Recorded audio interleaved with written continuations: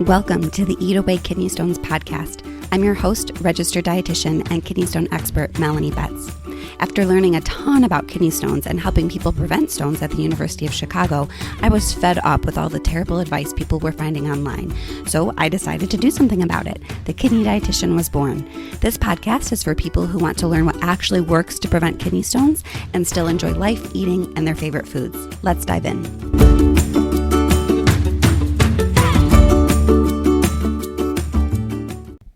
Welcome to the 33rd episode of the Eat Away Kidney Stones podcast. I'm your host, registered dietitian and kidney stone expert, Melanie Betts.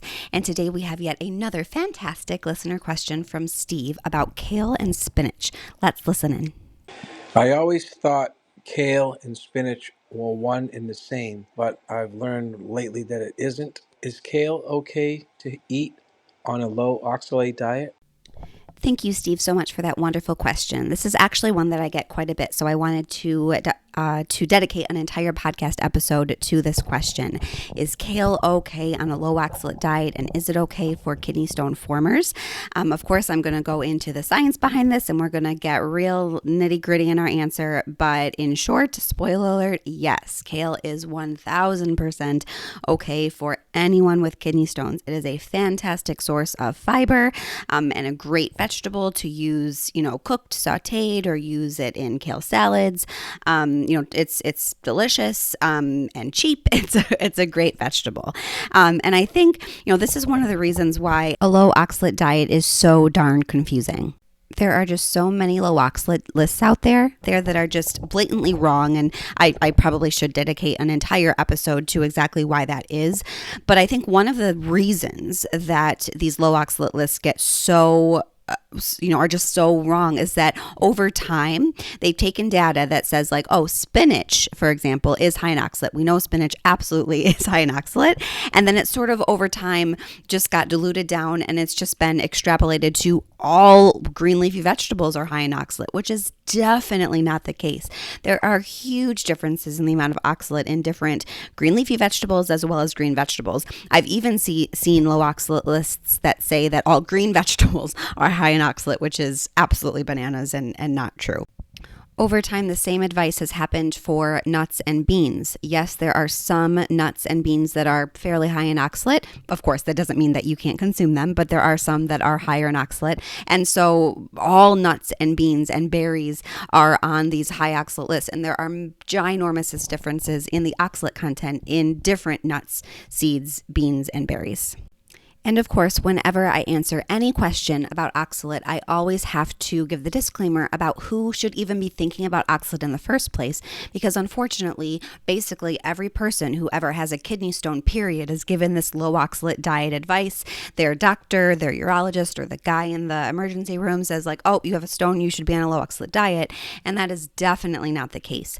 When we look at what the American Urological Association says, they say that only people who have high levels of urine oxalate should limit dietary intake of oxalate.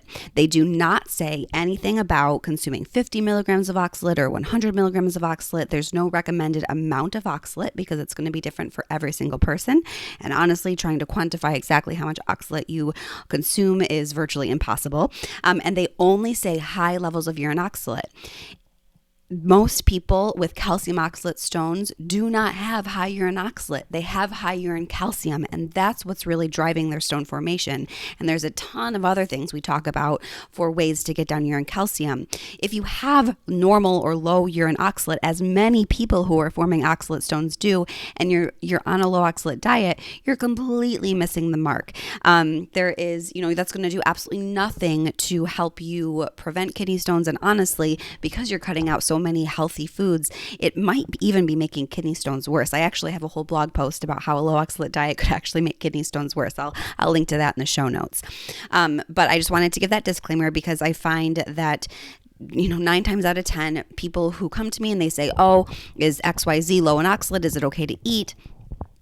Most of the time, they haven't even had a urine test to know if high urine oxalate is even the issue.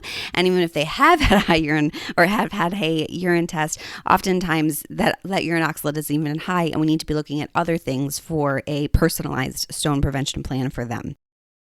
Okay, I'll get off my oxalate soapbox and get back to the question at hand, which is kale versus spinach for kidney stones. So again, kale is very, very low in oxalate. It only has 2 milligrams of oxalate per 1 cup portion, which is super low. I mean, that there's not many vegetables that are that low in oxalate. So kale, no matter who you are, is a fantastic vegetable to include in your diet if you love it. You certainly do not have to eat kale. There is nothing you have to consume.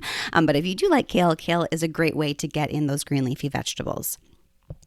When you compare that oxalate content to spinach, so spinach has around 650 milligrams of oxalate per 1 cup raw portion. So that is a huge difference, especially when you put that in the context of sometimes people will say that a low oxalate diet is somewhere between 50 to 100 milligrams of oxalate per day. For the record, neither of those numbers are something that I advocate for. I think that it is virtually impossible to put together a diet that is adequate in fiber and good for you, honestly, overall with only 50 to 100 milligrams of oxalate per day.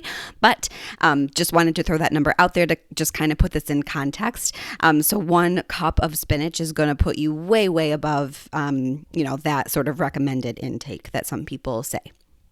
The only other, honestly, green leafy vegetable that is pretty high in oxalate is Swiss chard. So Swiss chard has around 350 milligrams per 1 cup portion. So that is on the higher end, especially when you consider some of the other, quote, high oxalate foods, like almonds, for example, are definitely the highest oxalate nut as far as I'm aware. And they have around 120 milligrams of oxalate per 1 ounce portion, or around a 1/4 cup if you want to look at it in terms of measurements that most of us actually understand. So definitely the spinach and Swiss chard are pretty high when we look at 650 milligrams per cup in spinach and 350 milligrams per cup in chard, especially when we're still saying that things have 100 milligrams of oxalate per serving are still high. So those things definitely are outliers. And if you do have high levels of urine oxalate, I do think it makes sense to just limit your intake of these very, very high oxalate foods. Does that mean that if you have a salad and there's a couple spinach leaves in it, you have to take them off? No, it's fine. Like, we really got to look at the big picture here. Like, kidney stone nutrition is never about just completely avoiding certain foods and having other ones. It is looking at the whole dietary pattern and how you put your meals together.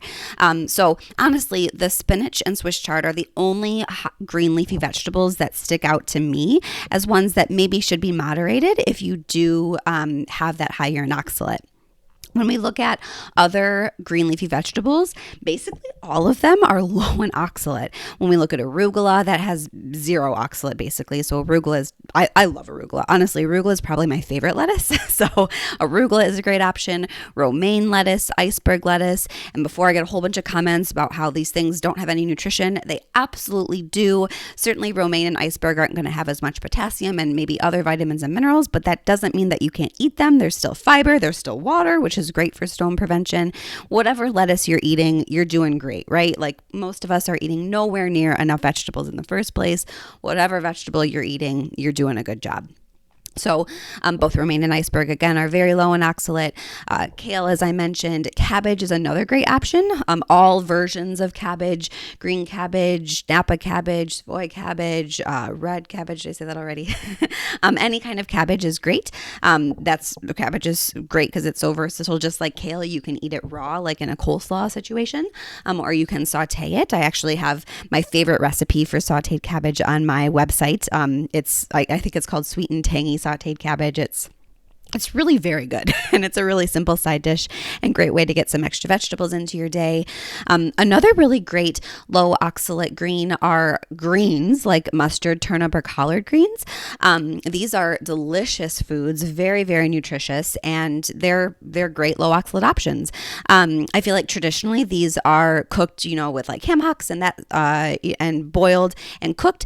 And if that's how you love to eat them, that's totally cool. I would maybe be mindful about how much salt is getting added from that ham hock, but you can still 100% fit that in a healthy kidney stone diet personalized to your 24-hour urine test results. But I feel like these vegetables have also been sort of co-opted, for better or for worse, by health foods lately, and you can find a lot of like collard green wraps, right? That's a thing, or collard green salads, with like a shredded collard green.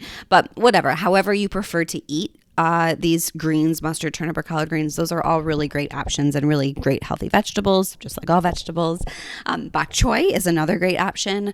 Watercress, butter lettuce, endive, like all of these are green leafy vegetables that are basically zero oxalate. Some of them have maybe like 3 or 4 milligrams per cup, but that's not even mentionable. That is so low. Those are all really, really great options. I also just wanted to throw out other green vegetables in general that are low in oxalate because, again, I've seen lists that say that all green vegetables are off limits for low oxalate diet, and that is absolutely not true. Again, even if you do need to limit oxalate, as most of us don't. But other great lower oxalate green vegetables are things like green peas, zucchini, green onions, broccoli, celery, asparagus, green bell peppers, Brussels sprouts, and cucumbers. So many delicious, healthy, wonderful options for anyone on their kidney stone diet that's personalized to them.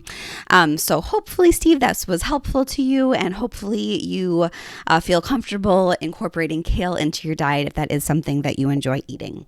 So with that, I will close this episode of the Eat Away Kidney Stones podcast. As always, if you are interested in submitting a question for a chance to get answered on the podcast, I would love to hear from you. There's a link below where you can record your question.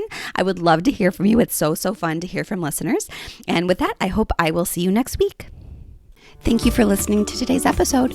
For more help with kidney stones, check out my website, www.thekidneydietitian.org. For more personalized help from me, check out my online course, Kidney Stone Nutrition School. VIP enrollment includes help directly from me. I can't wait to see you there and help you prevent kidney stones. Have a great day.